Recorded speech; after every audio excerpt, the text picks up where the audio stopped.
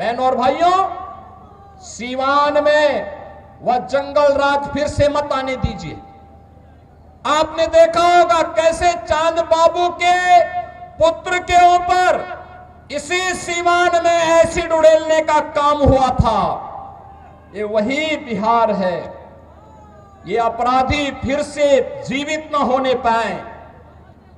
ये कांग्रेस को, आरजेडी और समाजवादी पार्टी जैसे दलों को शोभा दे सकता है कि वे किसी पेशेवर अपराधी और माफिया को गले लगा करके किसी बाबर और किसी औरंगजेब की मजार में जाकर के सजदा पड़े, लेकिन यह किसी सच्चे भारतीय को शोभा नहीं देता है। बिहार के सबसे बड़े बाहुबली के घर में गरजे योगी, कहा किसी ने जुर्म किया तो हालत यूपी जैसी होगी।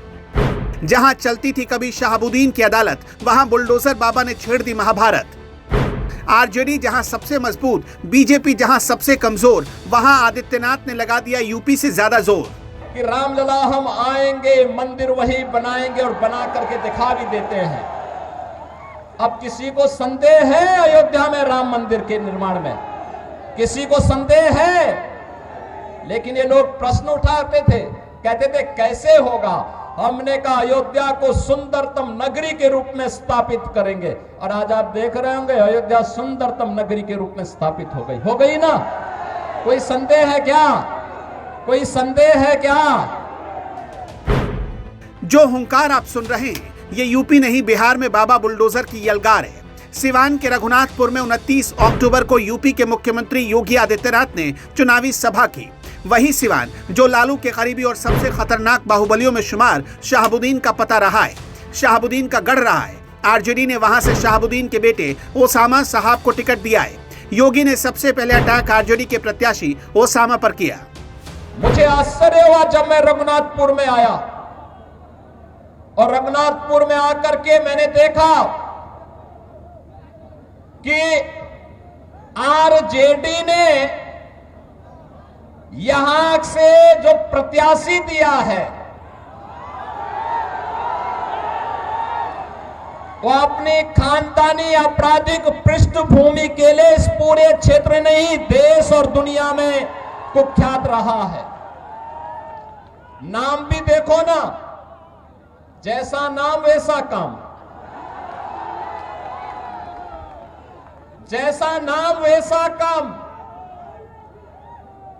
और बहनों और भाइयों, इसीलिए तो मैं कहता हूं, हमने यूपी के अंदर एक बात कही कि भाई देखो, अपराध और अपराधियों के प्रति जीरो टॉलरेंस, और जीरो टॉलरेंस के तहत आज आप देख रहे होंगे आरजेडी और उनके लोग आज भी अयोध्या में श्री राम जन्मभूमि पर भगवान राम के मंदिर का विरोध कर रहे हैं। सीएम योगी ने कहा कि रघुनाथपुर विधानसभा का नंबर 108 है।